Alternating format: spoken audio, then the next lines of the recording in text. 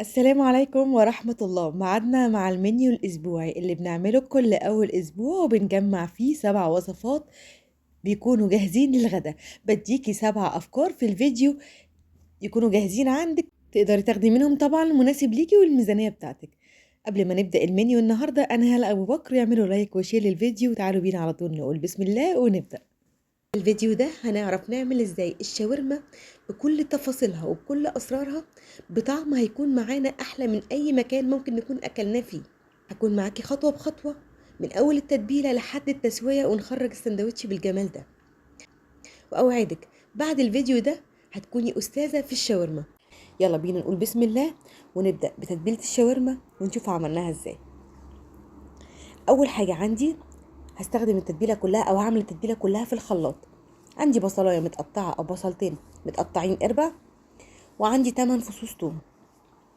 طبعا نقدر نقسم الكميه لو اللحمه اقل، وهقول لكم اللحمه دلوقتي هتبقى قد ايه.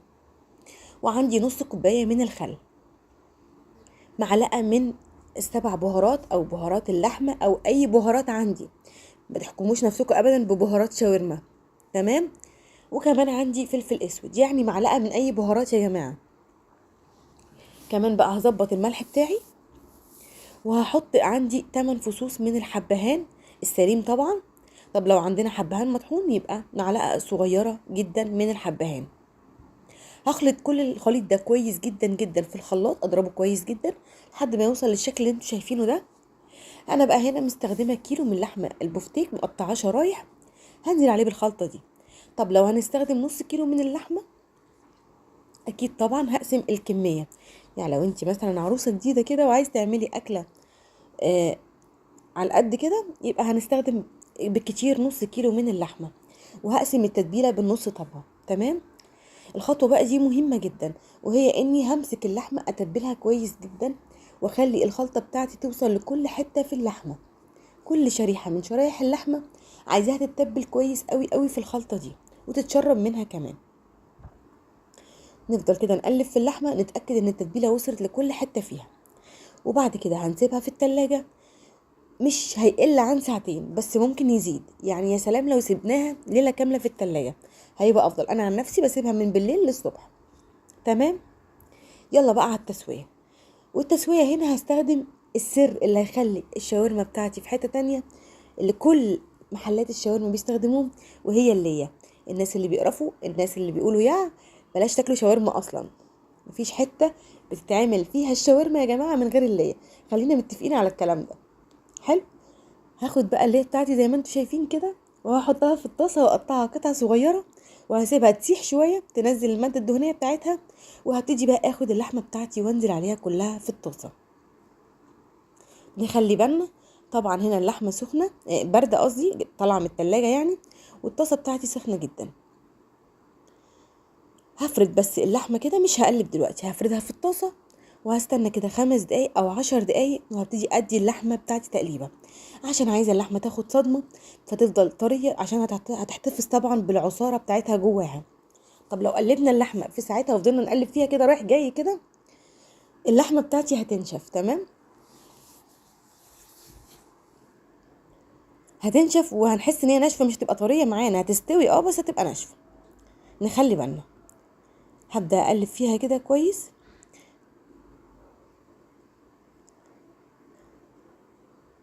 هسيبها بقى على النار تستوي حوالي ساعة الا ربع، هتكون اللحمة بتاعتي اتسوت. هبدأ بقى كده بعد ما تستوي هديها تشويحة في الطاسة، يعني عشان اتأكد من سواها. هكون بقى مجهزة عندي البصل عندي يقدروا تستخدموا اي كمية بصل، احنا مش مربوطين بكمية معينة. يعني نقدر نستخدم 3 4 بصلات زي ما انتوا حابين، بقطعها جوانح او شرايح رفيعة زي ما انتوا شايفين كده. ونخلي بالنا هنا بقى لما باجي احط الخضار، انا مش عايزه الخضار بتاعي يستوي ولا حاجه، يا دوبك بس هيدبل بسيط جدا. وانا عايزه البصل هنا يكون مقرمش، ما يكونش طري كده يعني. تمام. هكون مجهزه كمان بقى طماطم، والطماطم هنا مش بكتر، ممكن اكتر في البصل بس طماطم مش بكتر، بكتفي بطماطميتين 3 بالكتير قوي. ممكن جدا تطلعوا القلب من جواه وممكن تسيبوه عادي. حوالي يبقى نص كوبايه من البقدونس، يعني واحده حزمه يعني من البقدونس، بقطعها طبعا. وكده انا طفيت النار. تمام. لما باجي اضيف البقدونس بطفي النار وبخليه كده ياخد بس من السخونيه بتاعه الشاورما بتاعتي. هبتدي اقلب بقى كده الطاسه على النار بس مطفيه، على البوتاجاز يعني، بس طافيه النار بتاعي. خلاص تمام. زي ما انتم شايفين الخضار صحيح ازاي. هنزل بقى كده بكوبايه صغيره او معلقتين كبار من الطحينه. سلطه الطحينه مش طحينه ساده، يعني انا بجيب الطحينه اعملها سلطه عادي جدا وبعد كده اضيفها للشاورما. عايزه اقول لكم بقى، حته الطحينه دي بتخلي الشاورما في حته تانية خالص، وانا وعدتكم انها هتكون احلى من اللي بناكلها بره. يلا بقى العيش بتاعنا اللي هو عيش الصاج او عيش السوري يعني عموما، بفرد فيه طبقه من التوميه. وطبعا انا عملت معاكم التوميه قبل كده كتير، هسيب لكم الرابط ان شاء الله في صندوق الوصف. واللي مش عارف صندوق الوصف، هو العلامه اللي بتكون تحت عنوان الفيديو على طول، ده صندوق الوصف. هتضغطوا عليه هيظهر لكم كل حاجه، هيظهر لكم المقادير ويظهر لكم كمان الروابط اللي بحطها في الصندوق للفيديوهات التانية. زي ما انتوا اخدتوا بالكم كده انا عملت سندوتش، تعالوا نعمل واحد تاني. بجيب الرغيف بتاعي بفرده وبفرد جواه شويه من التوميه، وبحط كمان جواه شويه من الشاورما. ماشي. ممكن طبعا نستغنى عن التوميه، بس نصيحه يعني بلاش تكتروا التوميه في العيش علشان بتهريه من تحت. تمام. ممكن تحطوا طبعا مايونيز، بس انا مش بفضل فيها، انا بفضل فيها بس سلطه الطحينه والتوميه كتير قوي كده، يعني كده تمام. اذا حابين برضو تحطوا بطاطس جوه الساندوتش براحتكم زي ما انتوا حابين. بفرد بقى كده زي ما انتوا شايفين اللحمه بتاعتي، واخدين بالكم طبعا ان الخضار بتاعي كله مصحصح كده وماسك نفسه. لما هنيجي ناكل الشاورما بقى تلاقوا طعم الخضار مميز جدا لانه مش مستوي، يعني مش مستوي سوا كامل. تمام. باخد بقى السندوتشات بتاعتي زي ما انتوا شايفين كده، لا اما في تويستر او في صينيه على البوتاجاز، اي نوع صينيه عندي. بحط كده دهنه من السمنه او الزيت وابدا انزل بالسندوتشات بتاعتي تاخد علامه. انا عن نفسي بعملها على الجريلا، بس اذا مش موجود عندكم الجريلا تقدروا طبعا تعملوها في صينيه او في التويستر، وتقدروا طبعا تاكلوها كده من غير اي حاجه زي ما انتوا حابين يعني. خلاص. تعالوا بقى نشوف كده السندوتش من جوه لما هنقطعه الجمال بتاعه عامل ايه، يعني بجد حاجه رهيبه. عايزه اقول لكم ان هو بجد مش شكل بس، هو شكل وطعم، طعمه حلو جدا. طبعا انتوا عارفين ان ولادنا بقى بيعشقوا الشاورما دي، يعني لما هنعملها لهم في البيت وهتطلع بالشكل والطعم ده اكيد مش هيفكروا يشتروا شاورما من بره تاني. وانا عن نفسي ما بحبش اشتري اي نوع من انواع اللحوم ابدا معموله بره، مطبوخه بره البيت يعني، لاني بصراحه مش بثق في موضوع اللحمه ده خالص. لازم اكون انا جايبه اللحمه او انا اللحمه عندي في البيت وعارفه اللحمه دي مصدرها ايه، وبكده اطمن واكل اي نوع من انواع اللحوم. يعني ما باكلش لا شاورما ولا حواوشي ولا اي حاجه من الحاجات دي من بره. اعملوها في البيت يا جماعه هتبقى احلى وانضف 100 مره، وكفايه ان احنا عاملينها بايدينا بجد. رصي السجق فوق البطاطس وهتعملي احلى طاجن ممكن تاكلوه. مش بس هيبقى طعمه حلو، لا كمان هيبقى اقتصادي جدا لانه هيكفي 5 افراد. هيبقى طعمه مميز وكمان جديد، حلو بسيط وسهل. وكمان اتصل بسم الله ونشوف هنعمل الطاجن بتاعنا الرهيب جدا ده ازاي. اول حاجة عندي كيلو من البطاطس، انا هنا قشرته وغسلته كويس. هبتدي اخد كل بطاطساية كده وهقطعها نصين، وهبتدي اقطع صوابع تكون سميكة شوية. ممكن اقطع البطاطساية بالطول او بالعرض زي ما نحب، المهم ان الصوابع تكون متوسطة في السمك.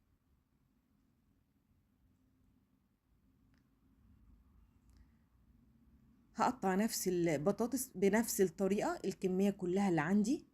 احنا قادرين كمان نزود البطاطس شوية، يعني لو حابين نعمل كيلو وربع كيلو ونص طبعا هيبقى القالب اكبر او الطاجن اكبر.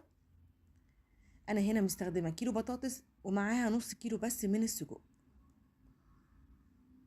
هكمل تقطيع البطاطس كله بنفس الشكل. خلاص كده انا قطعت البطاطس بتاعتي كلها. هنعمل ايه بعد كده بقى؟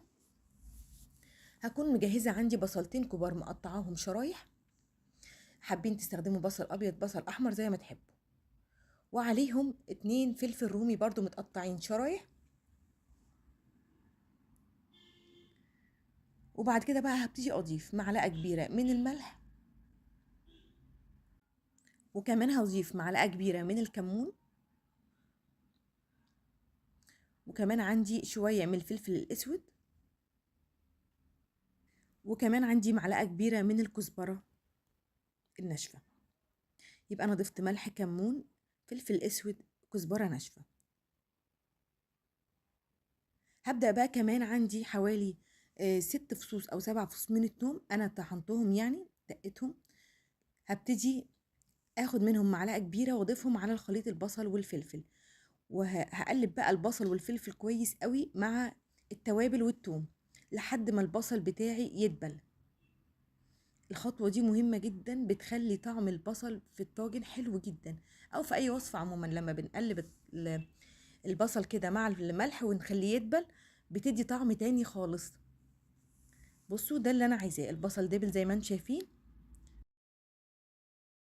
خلاص كده تمام. تعالوا بقى للبطاطس اللي احنا حطيناها في الطاجن، نضيف عليها البصل والخلطة اللي انا عملتها اللي هي البصل والفلفل والتوابل والثوم.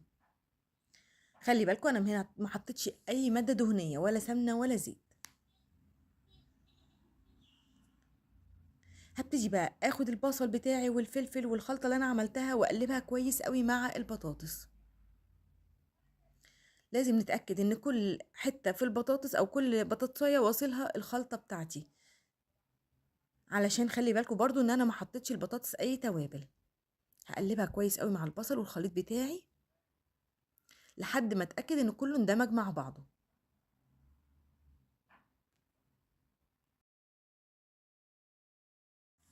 خلاص كده تمام. تعالوا بقى للخطوه اللي بعد كده.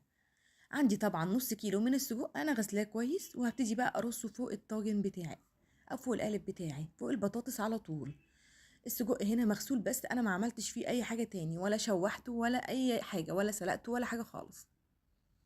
هبتدي ارصه فوق البطاطس بتاعتي بشكل دائري كده زي ما انتوا حابين، تقدروا ترصوه باي شكل تحبوه يعني. انا برصه بالشكل اللي انا عايزه الطاجن يطلع لي بيه في الاخر.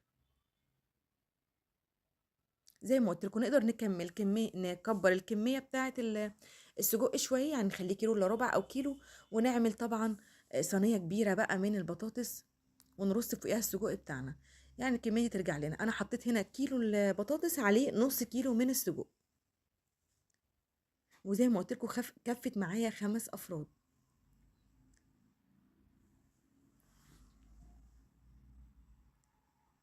خلاص كده. انا بس في حتت صغيره كده من السجق اللي بتكون ساعات فكه كده من الجلد هحطها برضو. تمام جدا. في النص بقى هحط حوالي قرنين كده من الفلفل الحامي. لو حابين تستغنوا بقى عن الفلفل الحامي وتحطوا فلفل رومي براحتكم، شيء يرجع لكم يعني. خلاص كده الطاجن عندي جاهز. تعالوا بقى نشوف التسبيكه الحلوه اللي هنسقي بيها الطاجن ده. طاسه بقى عندي على النار وهنزل فيها بمعلقتين كبار من الزيت، وكميه التوم اللي انا عملتها قبل كده واخدت منها معلقه من الخلطه هاخد الباقي بتاعها واحطه في الزيت بتاعي. يبقى انا اخدت كميه التوم شويه منها، معلقه منها للخلطه بتاعتي اللي حطها في الطاجن، والمعلقه التانية حطها مع الزيت. هبتدي اقلب التوم كده لحد ما لونه يبقى ذهبي فاتح، وطبعا ريحته في الوقت ده بتطلع. هبتدي بقى انزل عليه بمعلقتين كبار من الصلصه. يبقى اول ما التوم اخد معايا اللون الذهبي نزلت عليهم بمعلقتين كبار من الصلصه. هقلبهم مع التوم. في الوقت ده هكون مجهزه 4 طماطم مبشورين، 4 من الطماطم المبشوره هبتدي اضيفهم على التوم والصلصه. الريحه في الوقت ده رهيبه، حلوه جدا جدا جدا. الريحه تخلينا يعني نتاكد ان الطاجن هيطلع روعه. هضيف عندي بقى كمان مكعب من المرقه،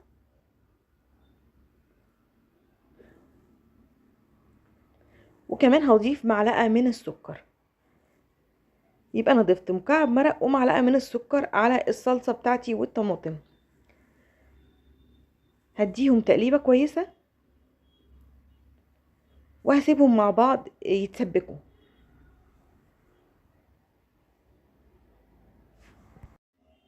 اول ما يتسبكوا بقى هيكون عندي كوبايتين كبار من الميه المغليه هنزل عليهم على التسبيكه بتاعتي، وهسيبهم يغلوا مع بعض.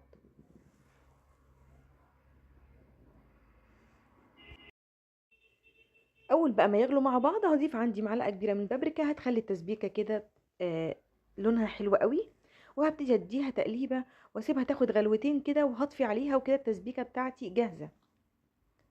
يلا بينا بقى ناخد التسبيكه بتاعتنا ونروح على الطاجن بتاعنا، ونسقي الطاجن بالتسبيكه الروعه دي، ريحتها رهيبه.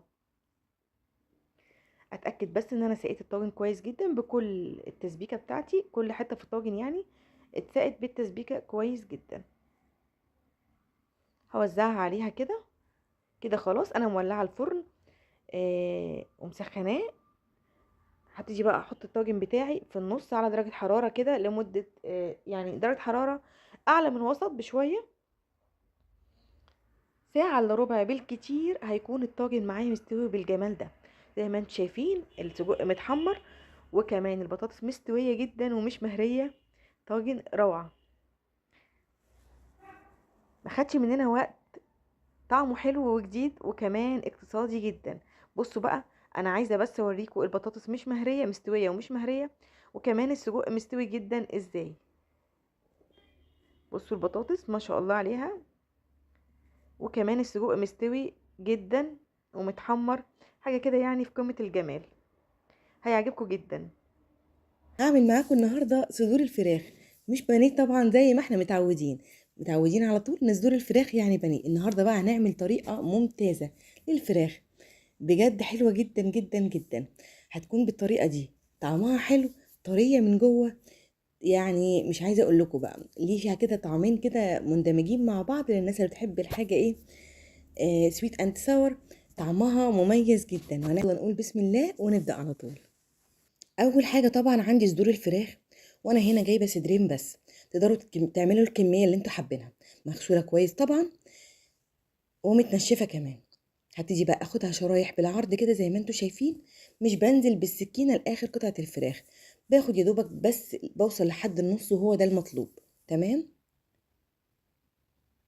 كمان هاخد الشرايح دي شرايح تانية طوليه، لان الشرايح دي هي اللي هتتبل لي الفراخ بعد كده، يعني هي اللي هتخش فيها التتبيله بعد كده. يبقى باخد الفراخ شرايح طوليه، ثم او شرايح عرضيه ثم شرايح طوليه. خلاص. وزي ما اتفقنا الكميه اللي انتوا حابينها استخدموها من الفراخ او من الصدور، بعد طبعا الغسيل كويس جدا جدا والتنشيف كمان. هنعمل الصدر التاني بنفس الشكل وبنفس الطريقة. باخد فتحات عرضية، ما بوصلش لاخر الصدر بتاعي، وبعد كده باخد فتحات بالطول، بتبقى عاملة زي المكعبات كده. خلاص. تمام جدا. خلاص كده الصدرين عندي جاهزين. يلا بقى شوية من الملح، هنرش رشة من الملح كده، وكمان رشة من الفلفل الاسود، وهبتدي ادعك بيه البانيه بتاعي، علشان عايزة طبعا الفتحات دي يدخل فيها التتبيلة. هقلب من الناحية التانية وهدي برضو رشة من الملح ورشة من الفلفل الاسود، وهبتدي كده ادلك البانيه علشان يتبل، لان هتكون هي دي التتبيلة فقط لا غير، يعني مش هيكون فيه تتبيلة تانية. تمام.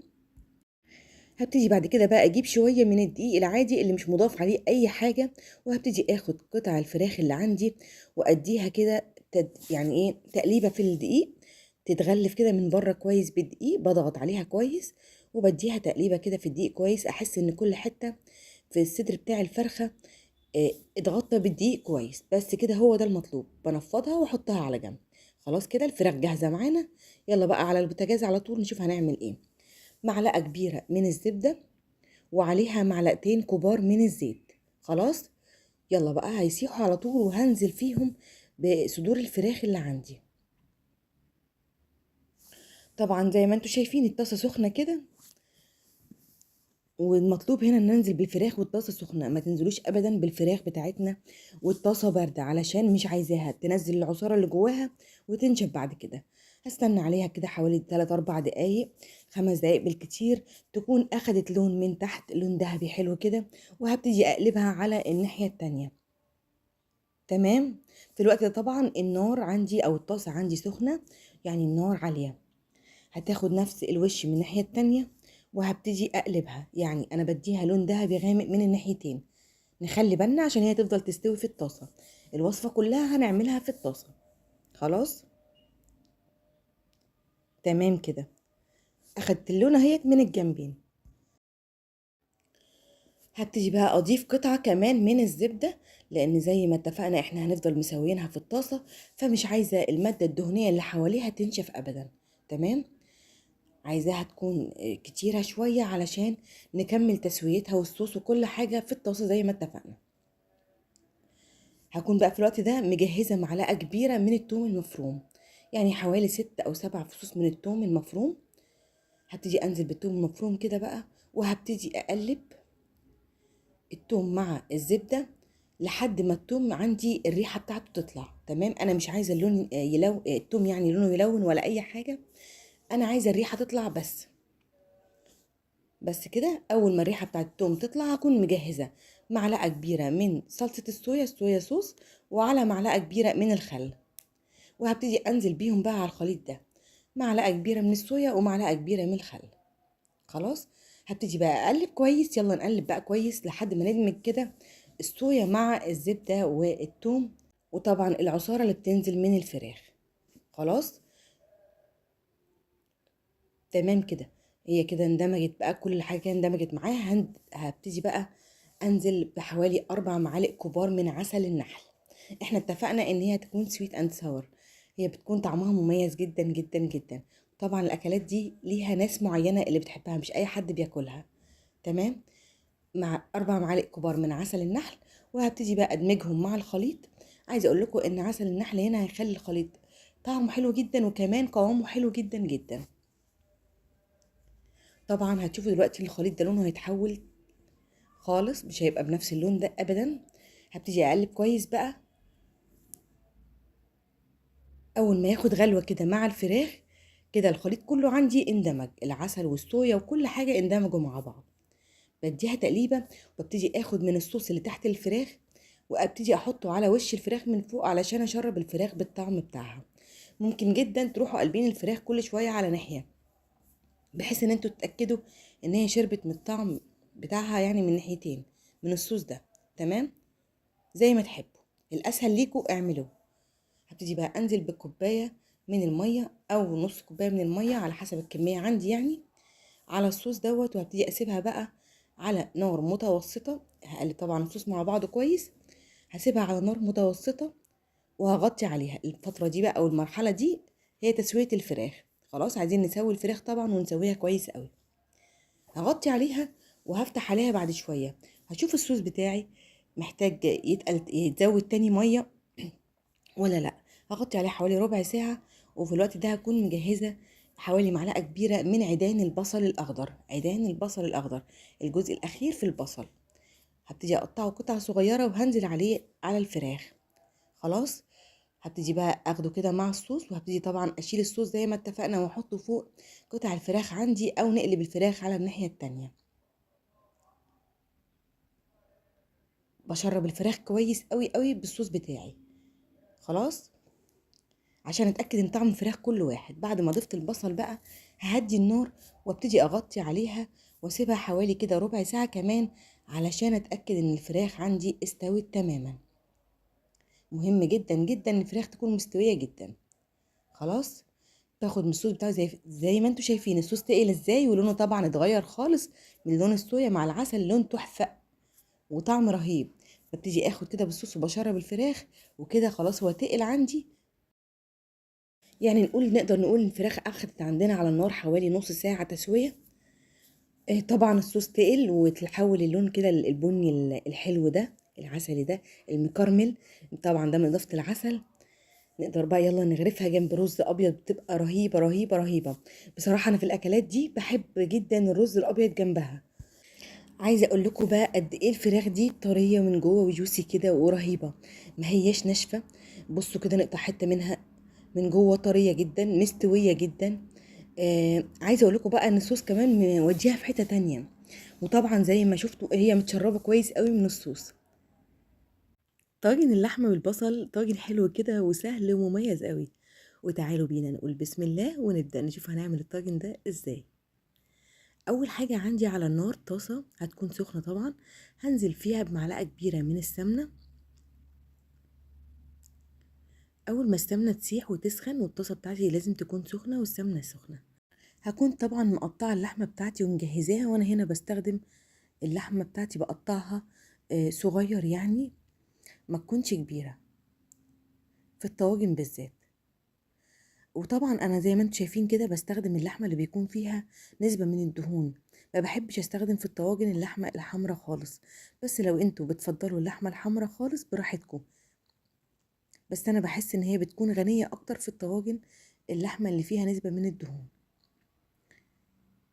هنزل بقى بكمية اللحمة بتاعتي كلها، وزي ما اتفقنا الطاسة سخنة، وزي ما انتم شايفين بنزل بيها على مراحل علشان ما بردش الطاسة عندي.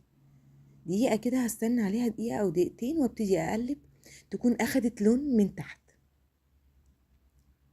هسيبها شوية كمان وهبتدي اقلب اللحمة بتاعتي بقى كلها، واتأكد ان هي اخد اللون ده من تحت وتبتدي تاخد اللون من الناحية التانية. الخطوة دي بتخلي اللحمة بعد كده عندي لما تستوي تبقى طرية جدا، مش ناشفة وبتشد. اول ما اللحمة بتاعتي خلاص كلها كده اتحمرت، هنزل بقى عليها بمعلقة كبيرة من السبع بهارات، وكمان معلقة من الفلفل الاسود. بس كده هبتدي بقى اقلب البهارات دي مع اللحمة. يبقى احنا حطينا البهارات عندنا بهارات سبعة وفلفل اسود بس. هقلبها كويس وهسيبها على النار يعني دقيقة كده دقيقتين، وهبتدي بقى اكون مسخنة مية، لازم يكون عندي مية بتغلي. هبتدي اضيفها على اللحمة بتاعتي حوالي كوباية ونص او كوبايتين مية. هسيبها بقى على نار متوسطة كده لما تتشرب المية بتاعتها خالص. انا لما اتشربت المية بتاعتها زودتها حوالي مرتين تلاتة تاني مية على نار متوسطة. ليه؟ علشان عايزة اللحمة بتاعتي تبقى مستوية على الاقل 3/4 سوا، على الاقل لو ما كانتش مستوية سوا كامل كمان. يبقى هي اخدت معايا على النار ساعة الا ربع، كل شوية كنت بزودها شوية من المية. نخلي بالنا من نقطة المية دي، لازم نزود مية سخنة، لاننا لو زودنا مية باردة بنعيد تسوية اللحمة من اول وجديد. يلا بقى هنضيف البصل، عندي بصلتين كبار مقطعاهم شرايح، هبتدي اضيفهم على اللحمة بتاعتي. ونخلي بالنا ان انا ضفت البصل بعد ما اللحمة استوت، او كانت اقل سوا، يبقى سوا مستوية الا ربع كده يعني، مش مستوية سوا كامل لو انتوا بس مش حابين يعني، بس انا بفضل ان هي تكون مستوية سوا كامل. هبتدي بقى اقلب البصل بتاعي، وزي ما قلت لكم النار عندي متوسطة. هسيب البصل بتاعي كده بعد ما اقلبه ياخد من لون اللحمة او لون الصوص البسيط اللي كان في اللحمة وقت اضافة البصل، ويكون دبل شوية كمان. تمام كده هبتدي بقى ابهر البصل برضو بمعلقة من السبع بهارات، وكمان معلقة من الفلفل الاسود.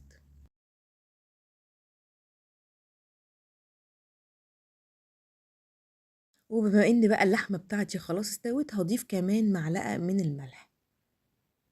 هظبط الملح بتاعي، وزي ما انتم شايفين البصل عندي بدأ يدبل واخد كمان من لون اللحمة عندي. هديهم تقليبة حلوة بقى كده. في الوقت دوت انا هكون حاطة الطاجن بتاعي في الفرن. عايزة الطاجن بتاعي يكون سخن. زي ما انتوا شفتوا اللحمة عندي خلاص كده مستوية. هسيبها بس مع البصل دقيقتين كده.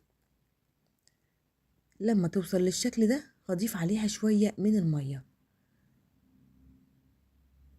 مش كتير، حوالي نص كوباية كده يعني. هسيبها بقى على النار متوسطة كده مع المية بس تتسبك كده، تاخد يعني غلوتين تلاتة كده على البوتاجاز. بالظبط كده زي ما انتوا شايفين كده. طبعا اللحمة عندي خلاص كده مستوية سوا كامل، وايه يعني مهرية بجد. طبعا لما هنحطها في الطاجن ونحطها في الفرن هتزيد سواها. انا عموما بحب اللحمة اي نوع لحمة بعمله تكون مستوية بزيادة. زي ما اتفقنا الطاجن بتاعي سخن، هبتدي بقى انزل كمية اللحمة بالبصل كلها، وطبعا هختار الطاجن المناسب لكمية اللحمة بتاعتي.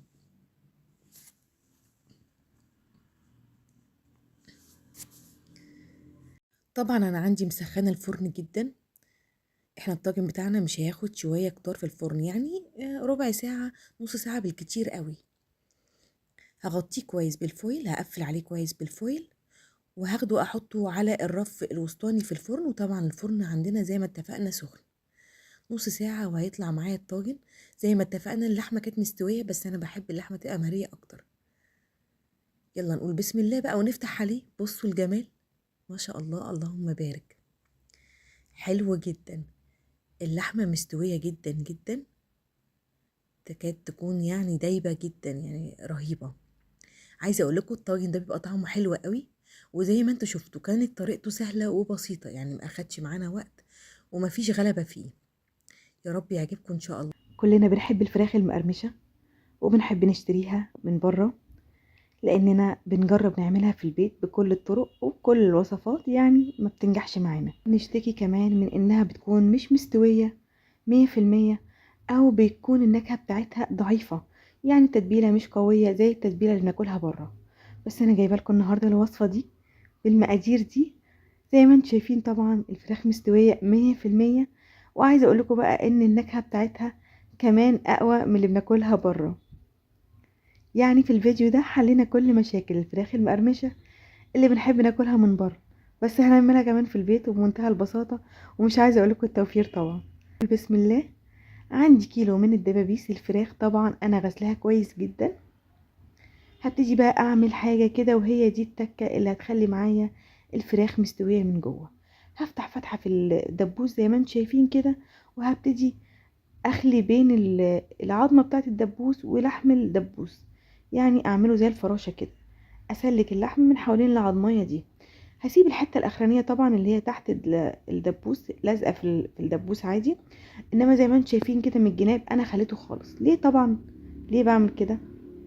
لان زي ما قلت لكم كلنا بنشتكي اللي هي بتكون مش مستويه من جوه. عايزه اقول لكم ان الدبوس ده كان حجمه كبير ما شاء الله. الدبابيس اللي انا جايباها دي ما كانتش صغيره، كمان حجمها كان كبير. يعني الكيلو كان عامل لي 7 دبابيس. آه الخطوه بقى بتاعه الفتح دي والخلي دي تخليني اضمن ان لو حجم الدبوس كبير مفيش اي مشكله فيه، هيستوي جدا جدا جدا، ما تقلقوش، وهيبقى رهيب. يعني حته بقى ان الحاجه ما تستويش من جوه والمشاكل اللي بتقابلنا في السوا دي مش هنلاقيها. بس كده هخلص الكمية بتاعتي كلها من الدبابيس. هفتحها بنفس الشكل اللي انتوا شايفينه كده. عايزه اقول لكم كمان ان الفتحه اللي انا فتحتها دي هتسهل عليا ان الدبوس كله يتبل بنفس التتبيله، مش هتبقى التتبيله من بره بس يعني من على الوش كده، لا. خلاص كده الدبابيس عندي جاهزه. تعالوا بقى نحضر التتبيله اللي هي هتكون اسهل منها مفيش. عندي شويه من ميه البصل، حوالي نص كوبايه او ربع كوبايه. طبعا انتوا عارفين كلنا ميه البصل. ببشر البصل وبحط عليه شويه من الملح وبسيبه شويه، بعصره بيطلع لي الميه دي. كمان عندي معلقه من بهارات الفراخ، ومعلقه من الثوم البودر، وكمان معلقه من البابريكا. لكم ان اي تتبيله تحبوا تتبلوها حطوا ميه البصل، بلاش البصل كامل، بتبقى احلى بكتير وكمان متحرقش في التتبيله. حط كمان معلقه من الفلفل الاسود، ويا ريت لو كمان كيس من المرقه الفوريه، مرقه الدجاج الفوريه. يبقى حطينا توم باودر، بابريكا، بهارات فراخ، مرقة فورية، فلفل اسود، ومية البصل. هقلب ده كله كويس جدا جدا. مش هحتاج احط ملح لان انا حاطه في مية البصل ملح. نخلي بالنا، يعني انا حاطه في البصل علشان انزل ميته شوية من الملح، وطبعا مرقة الدجاج عندي فيها ملح، فنخلي بالنا. ممكن ندوق التتبيلة قبل ما نحط فيها الفراخ طبعا لو محتاجة، هتبقى حاجة بسيطة جدا. هبتدي بقى احط الفراخ بتاعتي واقلبها كويس قوي في التتبيله. وطبعا انا عايزه كل حته في الفراخ هنا تتشرب من التتبيله وتخش كده بين اللحم بتاع الدبوس عندي. شايفين حجم الدبوس ما شاء الله كبير مش صغير، وهيستوي جدا جدا جدا. هنشوف بعينينا دلوقتي كل حاجه.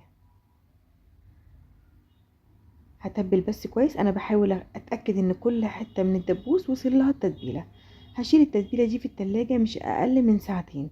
طبعا حابين نكتر يكون افضل. تعالوا بقى نجهز الكفر اللي هغطي بيه الفراخ من بره.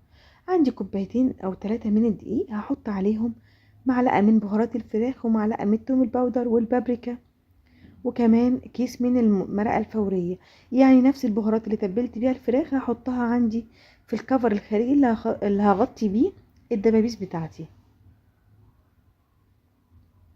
هقلب كويس جدا. نقدر ما نحطش الحاجات دي، بس انا بحب ادعم الطعم دايما، يعني زي ما قلت لكم هتطلع احلى من اللي بناكلها بره طعما وشكلا وكل حاجه. عندي بقى كده شويه من الميه الساقعه، هنزل عليهم بكام مكعب من التلج. ودي تاني خطوه بقى للحصول على فراخ مقرمشه ناجحه، مقرمشه بجد. يعني اول خطوه كانت الحصول ان احنا نفتح الدبابيس كده عشان ناخد فراخ مستويه من جوه 100%. طب لو حابين ناخدها كمان بقى مقرمشه من بره، يبقى لازم نعمل خطوه الميه اللي بتلج دي. تمام كده خلاص. جهزت عندي كل حاجة، الفراخ متبلة طلعتها خلاص من التلاجة، وعندي المية بتلج، وعندي الدقيق اللي انا بهرته بنفس التوابل اللي حطيتها في خلطة الفراخ. تعالوا بقى نركز في التكنيك اللي هنشتغل بيه، علشان ده مهم جدا. مهم في ايه؟ مهم ان الفراخ تستوي من جوه وتتبل كويس، وكمان تطلع مقرمشة. هبتدي اخد الدبابيس بتاعتي كده وهبتدي اقلبها كويس جدا في الدقيق. زي ما انتم شايفين انا بفتح الحته اللي انا فاتحاها اصلا من اللحم وبدخل فيها الدقيق كويس قوي. طبعا ليه بعمل كده؟ علشان لما اجي اسويها في الزيت الحتت دي تاخد نفس التسويه بتاعه الفراخ ونفس الطعم وتاخد كمان قرمشه. بدوس كده عليها كويس وانا بعملها في الدقيق. انا هخلي ايد عندي كده للدقيق وايد التانية آه انزل بيها الفراخ في الميه. انا مش عايزه يعني ايدي تتبل في الميه وارجع احطها في الدقيق. بنفضها كويس قوي من الدقيق بتاعي، وهبتدي انزل بيها بقى في الميه ام تلج. انا عملت بايد واحده بس، انا ما نزلتش ايدي في الميه. تمام، هنزلها كويس في الميه التلج، احس ان الميه غطيتها من كل ناحيه. هبتدي بقى اضيفها تاني واحط عليها طبقه تاني من الدقيق، وده طبعا بيعمل لي قرمشه رهيبه يا جماعه، انتوا هتجربوا بنفسكم يعني. يبقى انا بنزلها في الاول في الدقيق، بعفرها كويس قوي بالدقيق الاول، ولما اتاكد ان الدقيق غطاها من كل جانب اروح منزلاها في الميه اللي بتلج، وبعد كده اطلعها تاني من الميه بتلج، اديها طبقه تاني من الدقيق، وطبعا اتاكد ان هي اتغطت كويس قوي. انفضها كويس وابتدي احطها بقى في طبق على جنب، واكمل بقيه الدبابيس بتاعتي. نعمل مع بعض كمان اتنين كده. زي ما انتم شايفين اهو، انا بحاول اغطي كل حته في الفراخ كويس قوي بالدقيق، وبكبس عليها الدقيق كمان. انا عايزه اخد نتيجه بقى زي ما قلت لكم احسن من اللي بره، يعني بجد هتنافسوا المحلات.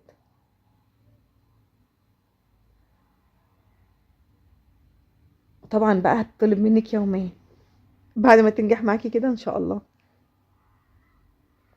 تعالوا بقى نروح على البوتاجاز. عندي شويه من الزيت كده، يكونوا كتار شويه، يعني زيت غزير طبعا يكون متسخن. ونخلي بالنا بقى من تكنيك التسويه اللي هنعمله دلوقتي. هحط الفراخ في الزيت، والزيت على درجه حراره عاليه. هسيبه في الزيت كده حوالي دقيقه ودرجه الحراره عاليه، وبعد كده هبتدي اخلي النار متوسطه. ليه؟ علشان انا عايزه الفراخ تستوي من جوه، مش عايزاها تتحروق من بره وتاخد لون وهي من جوه لسه ما استوتش. هي كده كده احنا فاتحينها، فهنقصر عمليه وقت التسويه. بس كمان تكنيك التسويه مهم جدا. يبقى ههدي النار بعد ما احط الفراخ بدقيقه، وبعد كده هديها لمده 10 دقايق، وبعد كده هبتدي اعلي. انا هسيبها في النار ربع ساعه يا جماعه، ربع ساعه وانا بوطي وبعلي. تمام، يعني انا الاول نزلت في زيت درجه حرارته عاليه، بعد كده بهدي شويه بخليه متوسطه، وبعد كده برجع اعلي تاني واروح قلبها على الناحيه التانية. نخلي بالنا لما يجي نقلب على الناحيه التانية لازم في الوقت ده يكون الزيت درجه حرارته عاليه. وطبعا هسيبها 10 دقايق كمان، يبقى هي اتسوت. كل دفعه من الفراخ هحطها حوالي ربع ساعه. بس قبل ما اجي اطلع الفراخ هعلي درجه حراره الزيت علشان ما تطلعش معايا شاربه زيت. تمام، يبقى انا بنزلها في درجه حراره زيت عاليه جدا، وبعد كده بخلي درجه حراره متوسطه، وقبل ما اخرجها بعليها تاني علشان الفراخ عندي تبقى طالعه مقرمشه ومش شاربه زيت. هكمل بقى بقية تسوية الفراخ بنفس التكنيك وبنفس الطريقة لحد ما اخلص الكمية بتاعتي كلها.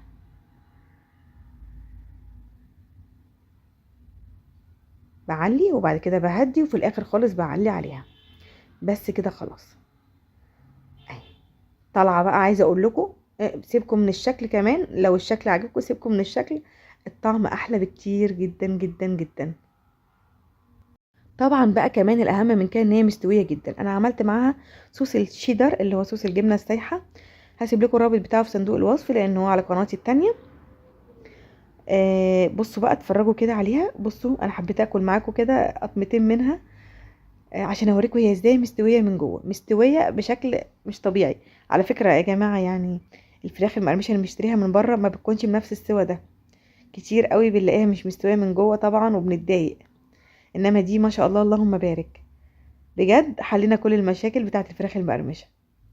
جايه اقول لكم النهارده ان السندوتشات بتاعه عربيات الكبده دي عليها ريحه تجيب اخر الشارع وطعمها بيبقى حلو جدا جدا.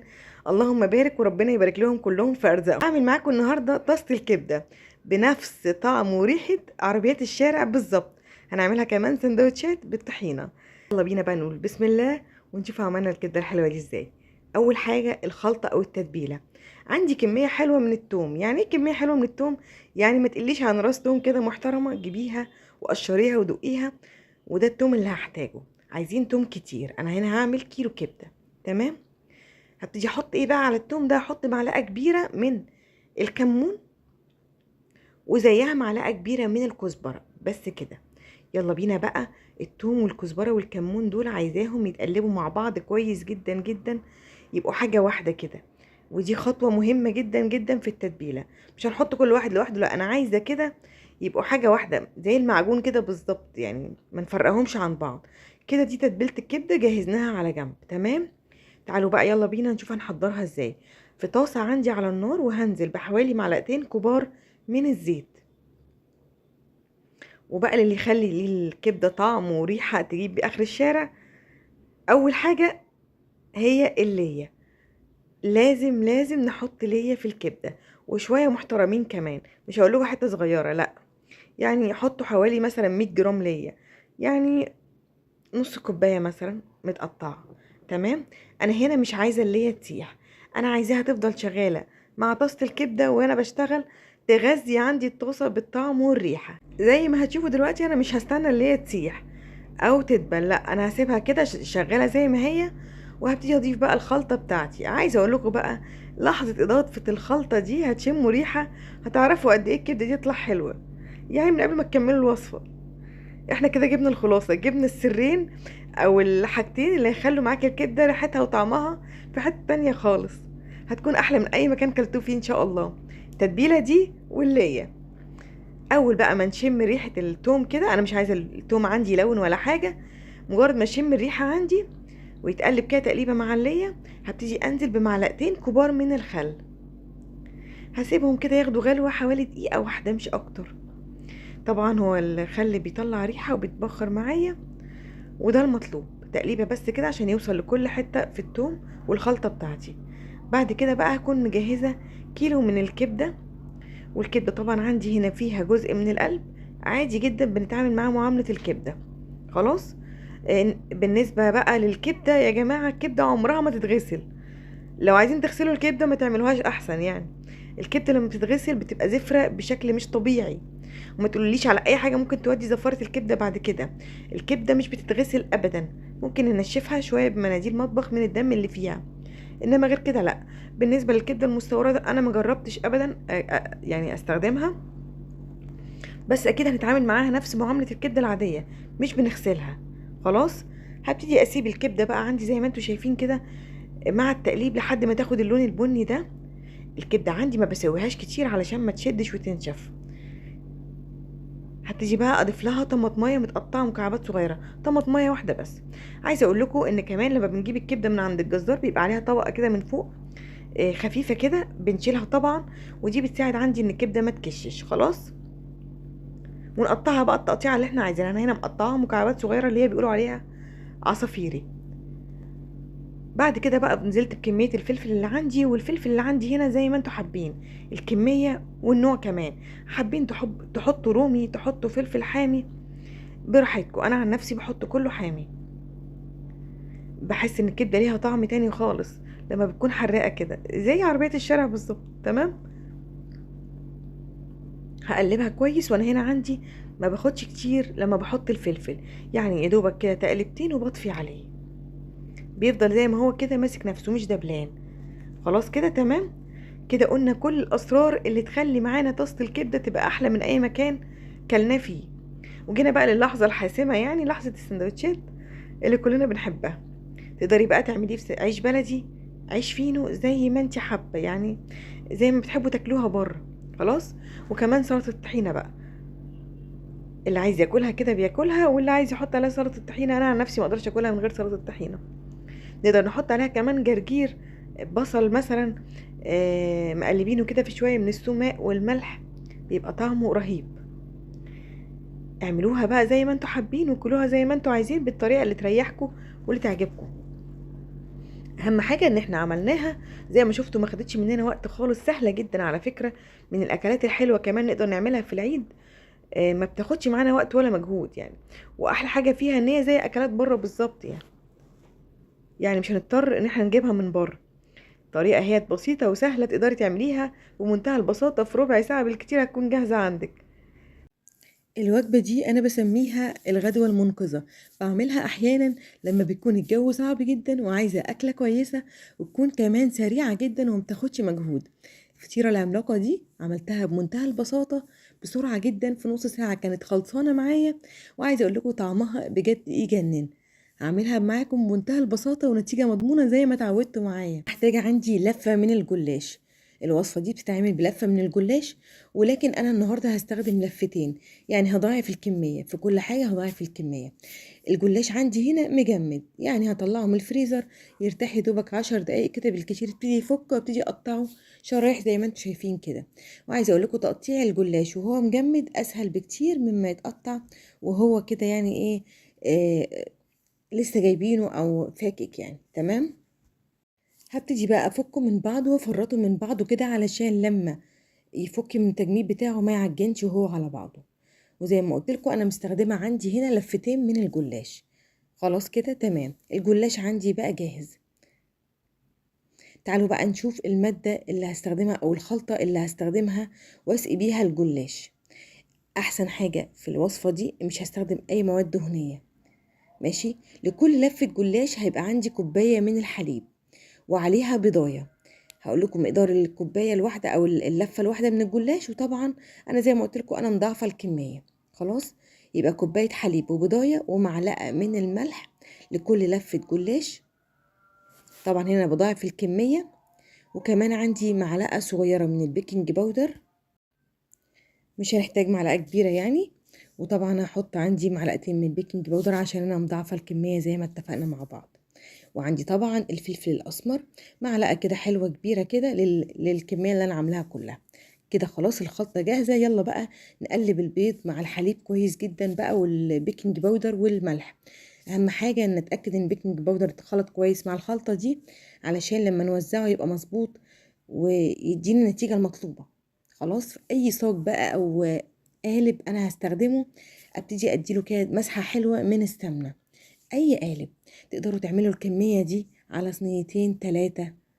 انا عن نفسي بعمل لفة الجلاش في صينية اصغر بتبقى 30 في 40، وساعات ممكن اعملها اقسمها على صينيتين اصغر كمان. تقدروا تستخدموا بقى صينية مربعة مدورة صاج كبير زي ما انا عاملة كده، مضاعفة الكمية زي ما انتوا حابين. هبتدي اجيب الجلاش بقى وابتدي افرده كطبقة اولى في الصاج. طبعا بما اني عاملة لفتين من الجلاش فانا هاخد اول لفة وهبتدي افردها في الصاج. انما لو كنت عامله لفه جلاش واحده هاخد نص اللفه يعني عندي، وهبتدي افرده في الصاج. واخلي بالي وانا بفرد الجلاش ان كل حته تكون في الصاج متغطيه، وكمان سمك الجلاش يكون كله سوا واحد، يعني ما تكونش في حته كتيره قوي عن حته، لا اسويه كده بعينيا وبايديا كده بالنظر كده. احاول افرده واظبطه في الصينيه عندي او في الصاج. خلاص كده ظبطته تمام. يلا بقى نجيب الخلطة اللي احنا عملناها اللي هي كانت بالحليب والبيض ونبتدي نسقي بيها الجلاش. هنا انا عندي بقى الخطوة دي مهمة جدا. أنا مش عايزة الجلاش يتسقي كتير قوي فيعجن، ولا ما يتسقيش فما يستويش، لا، نخلي كده عنينا ميزان. يعني هسقي كل حتة في الجلاش بس من غير ما اخليه يعجن، أنا مش عايزة عجينة، هتديه نتيجة سيئة جدا جدا. خلاص، مش هيستوي معايا من جوه، هيبقى معجن فعلا. اتاكد بس ان انا سقيت كل حاجه في الجلاش، وزي ما قلت لكم يا دوبك تتسقي، مش عايزاها تعجن. خلاص كده تمام. وانا كده اخدت نص كميه الخليط اللي عندي اللي سقيت بيه، وهسيب النص التاني دلوقتي. بايدي كده ببتدي اضغط بقى الجلاش كله في قلب بعضه بعد ما سقيته، لسببين. اولا علشان اوصل الخلطه لكل حاجه في الجلاش، واتاكد ان كل حته في الجلاش وصل لها الخلطه. السبب التاني ان بضغطه كده عايزاه يمسك في بعضه، هيبقى عامل زي البيتزا بالظبط، زي عجينه البيتزا بالظبط. تمام. هبتدي بقى اجيب عندي كاتشب او معلقه من الصلصه كده، واكون مبهراها وهرشها على الوش. انا شايفه ان الكاتشب هنا بيديني طعم حلو جدا، نقدر نستغنى عنه خالص، ولا نحط صلصه ولا نحط كاتشب. بس انا بحب ايه، يعني اخليها طعمها زي البيتزا بالظبط. بس طبعا احلى حاجه ان هي من غير عجن في الجو اللي احنا فيه دوت، ولا فرد ولا اي حاجه، خلاص، ولا تخمير ولا اي حاجه. هبتدي بقى اجيب شرايح من الطماطم، بس اكون شايله البذر من جوه، علشان مش عايزه بذر الطماطم عندي ينزل ميه على الجلاش فيعجن معايا. هنا بقى في الوقت ده اقدر احشي الحشوه اللي انا عايزاها. اقدر احشي اي نوع من انواع الخضار، مشروم، بسطرمه، لانشون، اي حاجه، اي نوع من انواع الخضار اللي انا عايزاه. كمان اقدر احط اي لحوم متبقيه عندي مثلا في التلاجة ولا حاجه، بس طبعا تكون مستويه. اقدر احط فراخ متعصجه، لحمه، بواقي شاورما، اي حاجه نقدر طبعا ندعم بيها الطعم. بس انا هعملها معاكم النهارده بالخضار وبس. حطيت شرايح من الفلفل، وكمان شرايح من الطماطم. هعمل شويه كده باللانشون بس كده جزء منها. وزي ما قلت لكم الحشوه هنا على حسب ذوقكم، اللي بتحبوه حطوه. خلاص كده تمام. انا قلت لكم ايه الحاجات الاساسيه اللي هو الخضار. عايزين تغيروا خالص تحطوا لحوم، بسطرمه، زي ما انتوا حابين. هبتدي بقى احط كمان شرايح من الزيتون. كده تمام. طبعا اللي بيحب حاجة يقدر يزودها، واللي ما بيحبهاش يقدر يستغنى عنها. خلاص كده. هديها بقى كده رشة من الجبنة. وهنا انا بحب احط دايما في الحشو عندي الجبنة الميكس، اللي بتبقى خليط من الجبن يعني، بتبقى طعمها مميز كده وحلوة، بتدي نتيجة حلوة بصراحة. مش هحط شوية كتير، يعني شوية كده يعني معقولين يعني. هتبقى رشة كده بس فوق الخضار. خلاص كده عندي الحشوة كلها تمام. هبتدي بقى اجيب الجزء التاني من الجلاش. زي ما قلت لكم انا استخدمت نص الجلاش اللي كان عندي بس، والنص التاني هبتدي اجيبه وابتدي اوزعه على الوش الصاج عندي. المطلوب هنا ان انا اغطي الحشوة تماما، ما تبقاش باينة. وكمان زي ما عملت في الطبقة الاولانية هعمل في الطبقة التانية. اوزع كده الجلاش بعيني بالمظبوط، واظبطه ما تبقاش فيه حتة اعلى من حتة ولا فيها اكتر من حتة، علشان السوا يا جماعة مهم جدا. بعد ما ظبطت الجلاش ووزعته بالمظبوط، هبتدي اجيب باقي الخليط اللي احنا شلناه على جنب، وهبتدي اسقي بيه بقى الجلاش زي ما عملت في الطبقه الاولانيه بالظبط. برضو هنا المطلوب مني ان انا اسقي كل الجلاش من غير ما اخليه يعجن. اتاكد ان كل حته في الجلاش مسقيه تمام كده. بايدي بقى كده وهبتدي اضغط تاني الجلاش، علشان زي ما قلت لكم لسببين. اتاكد اولا ان مفيش حاجة في الجلاش مش واصل لها الخلطة بتاعت اللي شربتها بيه، الحليب والبيض. وكمان اضغطها مع بعضها، فلما تستوي تديني قطعة واحدة، هتبقى عاملة زي ما تكون بيتزا معجونة بالظبط، عجينة بالظبط فردينها وعاملينها. خلصنا كده تمام. نقدر نحط على الوش طبعا لو حابين كمان معلقة كاتشب ونفردها. نقدر نستغنى، نقدر نحط زعتر. انا هنا هحط بقى ميكس من الجبن برضو، وكمان هحط شويه من الجبنه الموتزاريلا. تقدروا تحطوا اي نوع جبن، وتقدروا تدخلوها الفرن كده على فكره. مش لازم تحطوا عليها جبن من فوق خالص. بالخلطه اللي احنا سقينا بيها الجلاش اللي هي الحليب والبيض، تقدروا تدخلوا بيها الفرن على طول على كده. بس انا بقى بحب اطلعها بشكل ممتاز وتخليها زي البيتزا بالظبط، عشان كده بحب احط لها جبن من على الوش، وكمان احط لها خضار. انا هي طعمها خلي بالكم مش هيفرق عن البيتزا خالص. بس زي ما انتوا شفتوا معايا ما كانتش مجهدة يعني، ولا عجنا ولا خمرنا ولا فردنا ولا اي حاجة. هي لفة الجلاش، واكيد كلنا بيبقى عندنا طبعا جلاش كده في الفريزر شايلينه وعارفين ان هو مكسر بقى ومتبهدل لانه بقاله فترة، فطلعوه جدا، هينفع جدا للوصفة دي، هيبقى ممتاز بجد. يمكن كمان تكسروه بايديكم، مش هتحتاجوا ان انتوا تقطعوه. وزعت بقى الخضار اللي عندي، زيتون وكل حاجة. في الوقت ده انا مولعة الفرن على درجة حرارة عالية، درجة حرارة 200. خلاص، هاخد الصاج واحطه في الرف الوسطاني لمدة حوالي بالكتير ربع ساعة. اول ما حروف الصاج عندي تبتدي تحمر، هبتدي افتح الشواية 5 دقايق مش اكتر، هتبقى طالعة معايا باللون التحفة ده والجمال ده. عايزة اقول لكم بقى، تعالوا كده نتكلم عنها شوية واحنا بنقطعها. ريحتها تجنن، طعمها رهيب. قبل ده كله طبعا انتوا شايفين الشكل عامل ازاي. وعايزه اقول لكم بقى ان احنا اكلنا بيتزا كده من غير ولا نعجن ولا نخمر ولا نتعب في الحر ده. عندك لفه جلاش متكسره كمان وشايلاها ونسيها كده، طلعيها معانا وابتدي كسريها بايديكي واشتغلي فيها، هتديكي نتيجه ممتازه. وبكده كنا عملت معاكم 7 افكار ل7 وصفات من الغدا. خدي منهم اللي يناسبك ويناسب ميزانيتك. ولو عجبكم الفيديو ياريت تعملوا لايك وشير، ولو كنت أول مرة بتشوفوني شرفني اشتراككم في القناة وتفعيل زر الجرس على الكل عشان يوصلكم مني كل جديد. وأقول لكم مع السلامة.